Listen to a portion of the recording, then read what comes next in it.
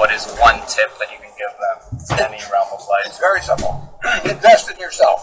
And the one easy way to become worth 50% more than you are now at least is to hone your communication skills, both written and verbal. I mean, you can, if you can't communicate, you know, it's like winking at a girl in the dark. Nothing happens. You know? So you can have all the brain power in the world, but you got to be able to transmit it, and the transmission is communication. So.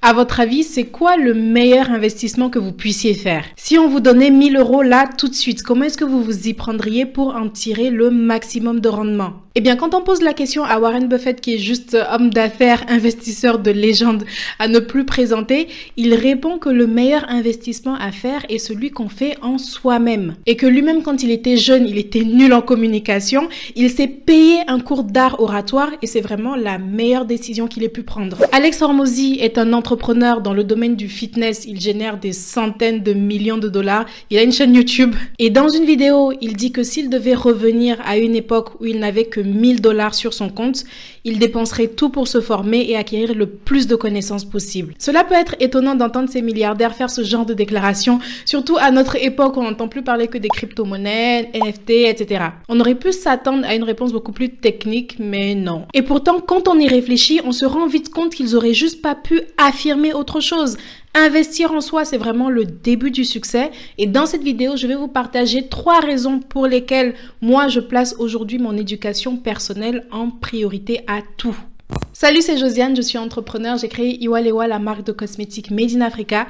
Ici, je partage mon parcours afin de bâtir une communauté où nous pourrons évoluer tous ensemble en productivité, self-esteem et business. On démarre tout de suite avec ma première raison qui est que j'ai toujours besoin de monter en compétences pour évoluer. Je vous l'ai déjà dit plusieurs fois, mais le truc en entrepreneuriat, c'est juste qu'on ne sait absolument pas ce qu'on fait. Vous vous retrouvez à faire tout un tas de choses qu'on ne vous a jamais enseignées et très vite, vous allez vous rendre compte que pour pouvoir atteindre les objectifs que vous vous êtes fixés, vous allez devoir monter en compétences. Vous allez devoir monter en compétences si vous voulez communiquer sur les réseaux sociaux et que vous n'y connaissez absolument rien. Vous allez devoir monter en compétences si vous ne savez pas vous y prendre avec les chiffres, mais qu'il va bien falloir que quelqu'un gère vos finances. Et cette nécessité d'apprendre, elle s'arrête jamais. À chaque réussite, c'est comme si vous atteigniez un plafond de verre qu'il va falloir briser pour continuer d'avancer. Personnellement, je n'ai pas toujours compris l'importance de continuellement apprendre, mais en fait, il n'y a que ça comme solution si vous voulez avancer dans la vie de façon générale. Quand j'ai voulu lancer ma marque, je me suis vite rendu compte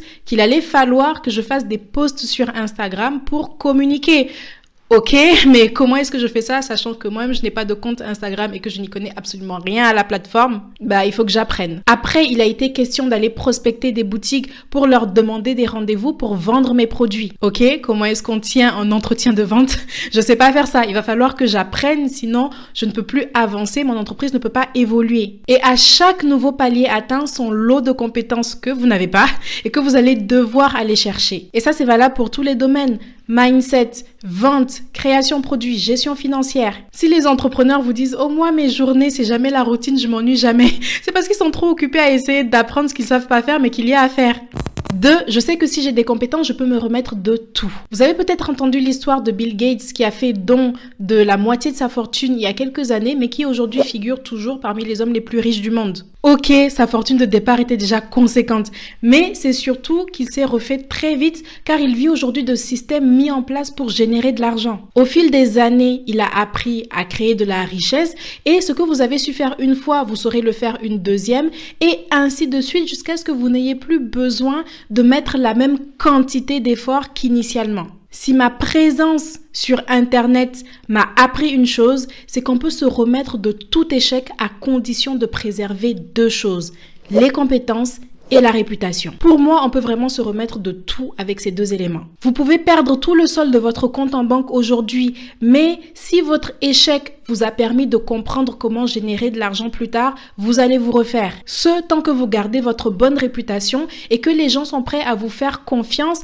et à acheter ce que vous vendez. Parce que oui, il s'agit bien de ça, tout le monde a quelque chose à vendre. Et quand je parle de compétences, j'aimerais qu'on se mette bien d'accord sur une chose. Quand il est question d'apprendre, il ne s'agit pas juste d'avoir la connaissance, je veux dire l'information. Il s'agit de savoir comment l'appliquer. Pourquoi je précise cela? Parce que l'erreur qu'on commet souvent, moi compris, c'est de se bourrer la tête de tout un tas d'informations sans jamais passer à l'action. Or, on ne comprend vraiment une chose qu'après l'avoir appliquée plusieurs fois. Si vous êtes un habitué de la chaîne, vous avez dû voir plusieurs vidéos sur la réglementation cosmétique européenne, la budgétisation, etc.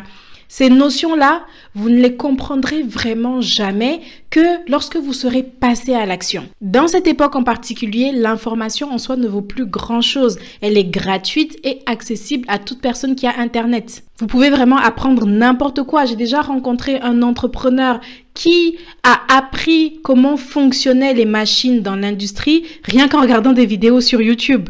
Et il s'est pas arrêté là, il a évolué puis il a créé un service de conseil pour les entreprises où il parlait comme ça à des ingénieurs qui avaient fait des années d'études là-dedans quoi. Donc l'information aujourd'hui elle vaut plus rien, tout le monde l'a. À ce stade-là, comment est-ce que vous pensez que vous allez pouvoir vous démarquer des autres? Eh bien ça va se jouer à celui qui se sert le mieux de l'information, celui qui applique le mieux la connaissance et qui se l'approprie. Et c'est ça devenir un expert en vrai. Ça sert à rien de regarder 10 vidéos YouTube sur un sujet si votre seule action derrière c'est d'éteindre votre téléphone et d'aller vous coucher. Il faut absolument appliquer ce que vous venez d'apprendre et itérer sur plusieurs mois, plusieurs années et c'est comme ça que vous allez véritablement pouvoir en tirer profit.